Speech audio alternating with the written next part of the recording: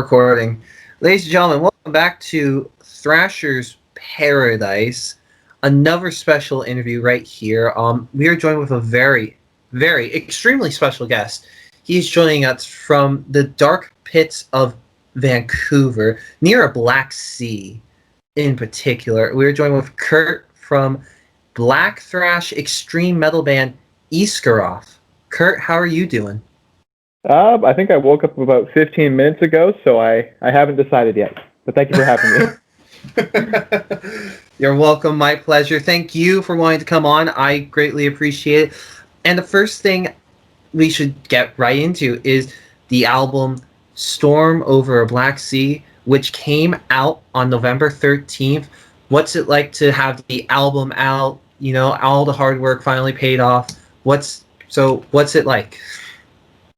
I mean, I know it's super cliche to say this, but it's just so like rewarding and validating and all of those good feelings that go along with it. Because obviously, you know, like we put a lot of time, a lot of money, a lot of effort into kind of creating this thing, and then to finally have it out is just indescribable, especially for me, because it's just like my first time putting out an album. Our bass player, Sean, he's put out a ton of albums. Our drummer, Steve, he's played on other like kind of smaller projects, but not quite an album. So they've kind of have a little bit more experience than I do in kind of doing this kind of thing. So for me, it's like it's the first time, and it feels great, especially considering that, like, you know, some of these songs I've been kind of sitting on for a couple of years at this point. So it just feels good. The next question I do want to ask is, how long has Ysgaroth been together for? That's kind of an interesting question. So to kind of go through the lore of the band, originally kind of what happened was I was kind of starting to write, just kind of like in my bedroom, some more kind of like black metal inspired stuff. And I was like, you know, it'd be a fun thing to do, a completely non-serious black metal studio project. So I was kind of writing some songs. I had a buddy who was actually going to do the vocals on it. And I was, you know, programming the drums, playing the bass, playing the guitar, all that stuff. And then we both kind of got lazy with it, and I had like a bunch of songs written, and I think at that point it would be like, this was like about 2016. I think it kind of went from there, and then there was like one incarnation of the band where a couple of my other friends were like, hey, we kind of like want to play, you know, like a live band, but we don't really have like any songs written. And I was like, well, I have a bunch of like black metal songs written. You want to play those? And then that was kind of like maybe the beta version of Ysgaroth, and then that fell apart very, very quickly because none of us were taking it all that seriously. And then our former rhythm guitar player and I kind of got together, started writing some stuff, ended up just playing the Ysgaroth stuff, and then eventually I met Steve, our drummer, when I was working at a liquor store, and Sean, our bass player, responded to a good old Craigslist ad, and then that kind of was in about, I think, 2018, something like that, was when kind of the first, what I consider like the real version of like Ysgaroth, were all like kind of contributing to songwriting and stuff like that, was kind of formed. So I guess at this point it's been a little over 2 years. Awesome. A little over 2 years, and if I am not mistaken, this is your first release as a band? Correct. This is the first one. For you when it came to just either writing the songs or getting them recorded, which song, no matter how you try and figure it out, you always just had like a hard time or a struggle with it, whether it be writing it or even recording it? The one that was the biggest struggle, I think, would probably have been Deluge, just because like I was tracking all the guitars on that on the album, and Deluge is obviously 17 minutes long. So quad tracking a 17-minute long song by yourself, it takes a little bit of time. And the solo in that one that I play is probably my hardest solo on the album. So just kind of that stuff took a long time. And then I think kind of like what I wanted to do vocally on that song, just again, I was kind of like trying to have to kind of refigure out some ideas that I had that didn't kind of work quite as well on the first take as I thought they would. So I think definitely Deluge. And then, if not for that one, definitely Sacred, which is actually the first single on the album. There's the second bridge riff, that's just like kind of a tricky thing with like some weird chord shapes. And I'm a really lazy guitar player. I don't like to practice. So those tricky chord shapes kind of, that, again, I wrote that riff, but it was, still giving me a little bit of trouble, but I'm happy with how it turned out on the album. Awesome. For you and for the rest of the band, what made the decision clear to go with Deluge as the first single to come off of the album? It was Sacred that was the first single. Oh, my bad. Sorry. Yeah, no worries. I was just talking about Deluge, so totally get it. Sacred. So I think it was because that one kind of followed like the most kind of traditional song structure, where it kind of has like an intro, then a verse, and a chorus, kind of that structure, and also just when we were kind of showing the like initial master of the album to like a bunch of our friends, a lot of people were consistently saying, "Hey man, this is so great, I love this, but like Sacred, that song is fucking sick." So when all of our friends are saying, "Hey, this like what," like it was kind of weird, because like literally every single person we showed it to would call out Sacred as being a song that they loved, and we're like, okay, well, since every person is kind of calling out that they love this specific song, maybe we should have that as the first single. Excellent. Now, the one thing I do love most about this album is the artwork itself. Very beautiful. It's very nice, settling. It's a perfect way to have, it's the perfect description of the title when it comes to art form.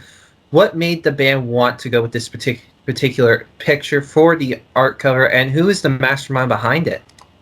So that was Mr. Braden Farr from, he's actually from another BC band over in Kelowna. They're called, I'm blanking on this right now,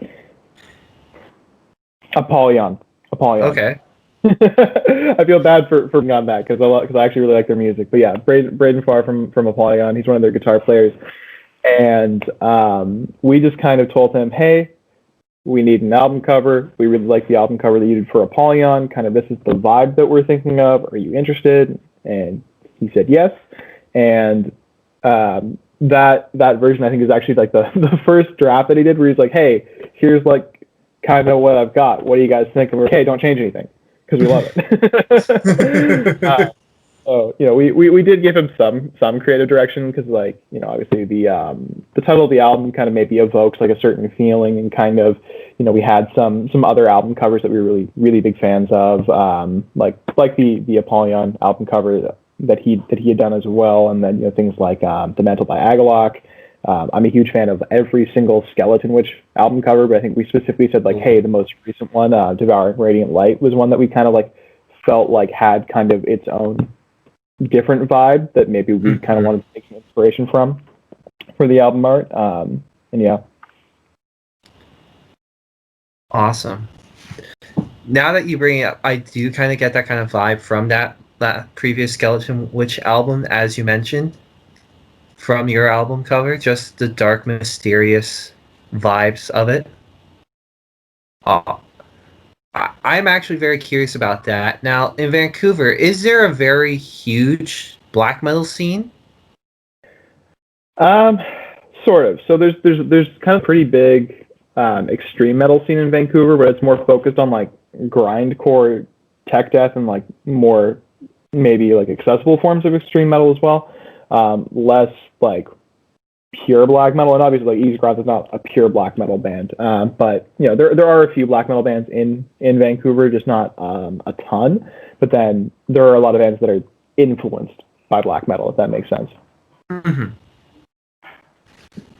Of course. Now, for you, being this blend of thrash, black, and extreme metal, do you think that gives you an advantage or gives you disadvantage when it comes to performing live shows in the Vancouver area? I think it's a bit of both. Because it's kind of one of those things where if you don't fit perfectly kind of into like a certain category, it can be hard for people to kind of get what you're doing, obviously. And a lot of our songs kind of have some kind of weird bridges, especially in like, for example, Non Gloria. There's that really synthy guitar part in the middle, or kind of all of Deluge. That song's pretty long, so kind of tailoring a set list kind of to an audience can be a little bit difficult sometimes. But I think also it does give us an advantage when we play, with other bands, is that we can kind of say, oh, we're playing with maybe like a tech death band and a thrash band. Maybe we play some of our more technical and our more thrashy stuff. We're playing with some more kind of progressive leaning bands. We'll play, maybe we'll just play like Delusion, Alter, and we'll play 2 songs and that'll be the set. So it's a bit of like a blessing and a curse. Okay.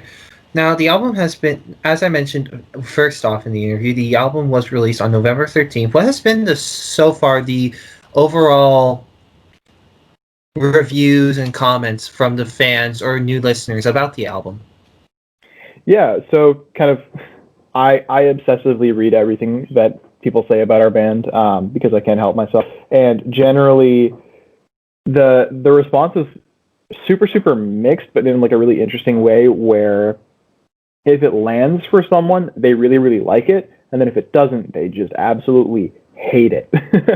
So you'll have like, like it was really funny where we got one review, and we got 2 reviews in one day, and one was like, it was so overly positive that at the end I was like, that got kind of weird, just how positive they were about it.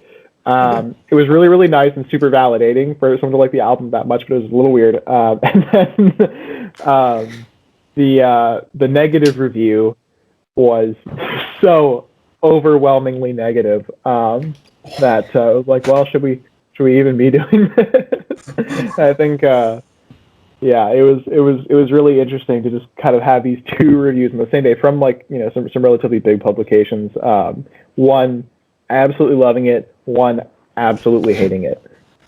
So it's kind of a divisive album. There is like a little bit kind of in between where people are like, oh yeah, it's like a solid 6 out of 10 or like 3 out of 5, whatever. There are a few of those, but mostly it's kind of on like one pretty far end of the spectrum. Wow. I didn't realize you created such a polarizing album.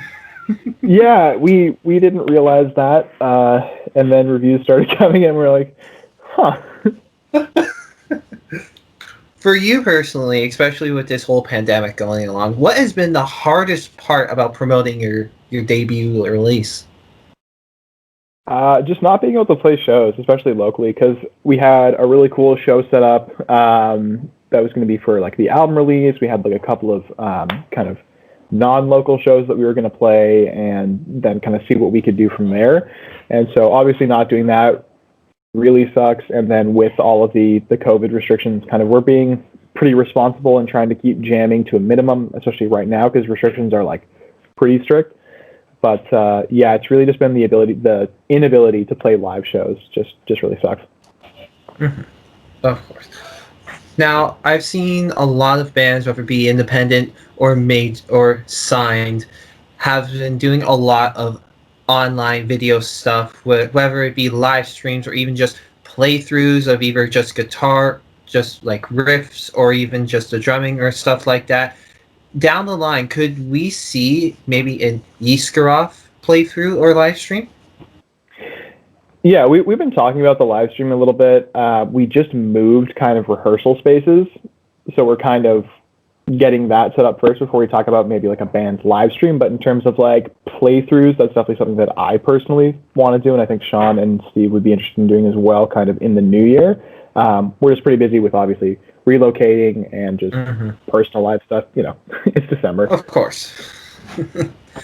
Well, Kurt, I do have one last question to ask you, and we ask this to all of our first-time appearing guests on the channel, just to give them one last little medal approval kind of thing here, I guess you could say. The question is simple. Who would win in a fight, Lemmy or God? That's tough. Does Lemmy have his bass? Of course. Then yes. Easily. No contest. Not even 10 seconds in and Lemmy wins. Oh, yeah. So let's play like the baser from Overkill. Done. Yes. Yes, now we're talking. Yeah. Well, Kurt, thank you so much for your time and taking out of your extremely busy schedule to come here, sit down with me here on Thrashers Paradise over Skype just to do this interview. I really appreciate it. Is there anything else you'd like to say to the people that are going to be watching this and listening to this? If you have an opinion about our album, let us know. We like hearing about it. And if you're kind of more in the middle, I'd be actually really curious what you have to say, because so far everything's been pretty on one side. So He wants to hear more of in the middle people, so please give them your reviews. Awesome. Well, Kurt, thank you once again, and everyone at home, keep on thrashing. thanks so much.